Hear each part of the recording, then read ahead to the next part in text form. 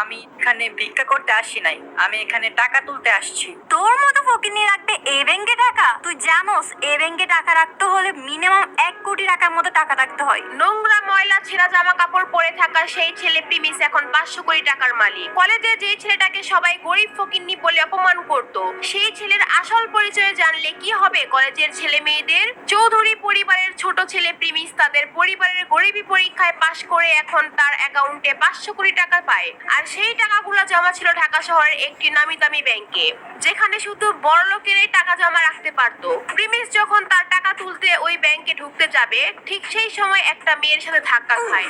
আর ঠিক তখনই sorry ma'am, আমি আসলে দেখি নাই। কি রে, তুই কানা নাকি? চোখে দেখোস না?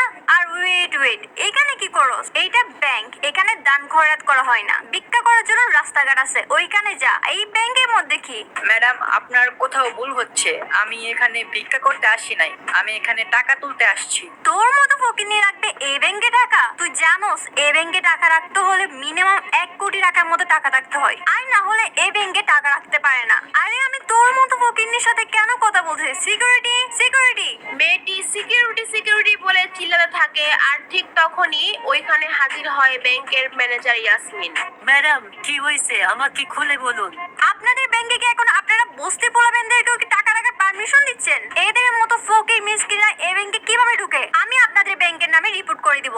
Madam, we are very sorry. এমনটা আর হবে না ম্যাডাম, এইবারের মতো কিছু মনে করেন না, আমরা বিষয়টা মাথায় রাখবো।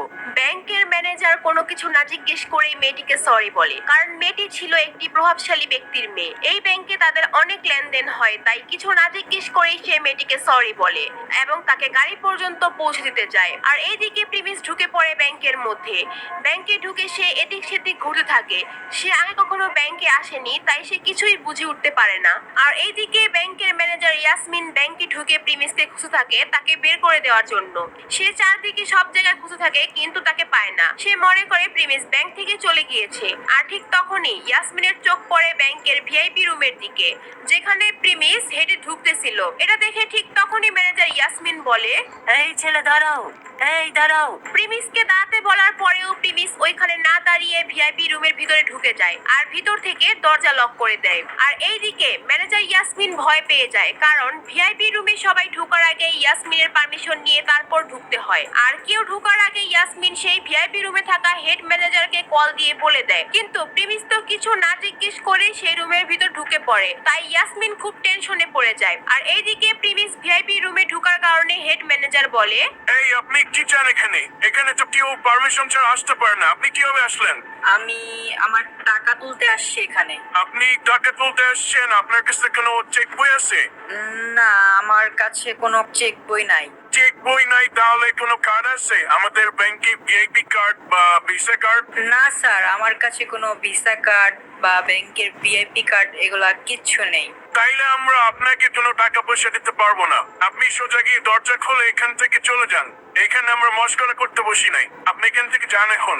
না, আমি আমার টাকা না নিয়ে আমি এখান থেকে যাব না। আরে একবার বললাম না, কার্ড আর চেক পয়সা টাকা উঠানো যাবে না। আর আপনার অ্যাকাউন্টে টাকা থাকি তো আপনি টাকা উঠাইবেন।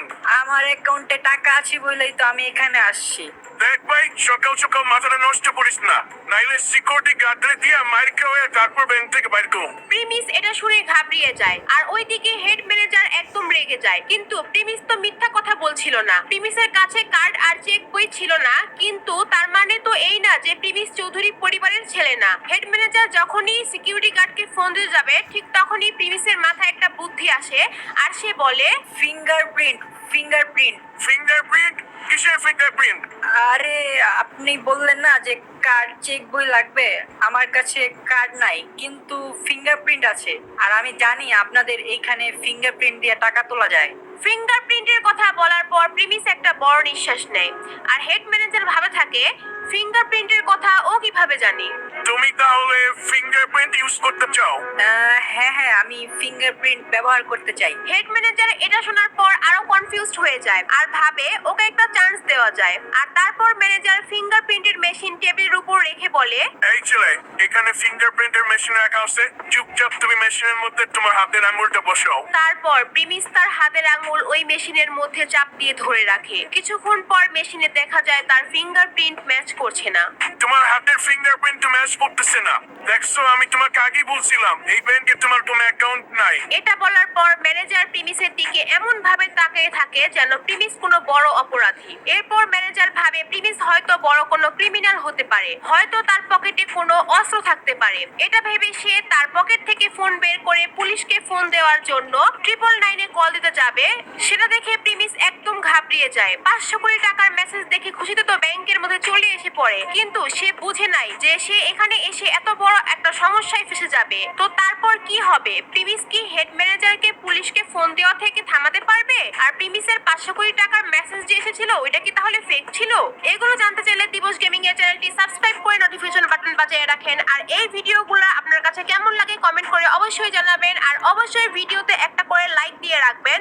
আর এরকম ইন্টারেস্টিং ভিডিওগুলো দেখতে চাইলে এখানে 2টা ভিডিও দেওয়া আছে, সেগুলো দেখে আসতে পারেন।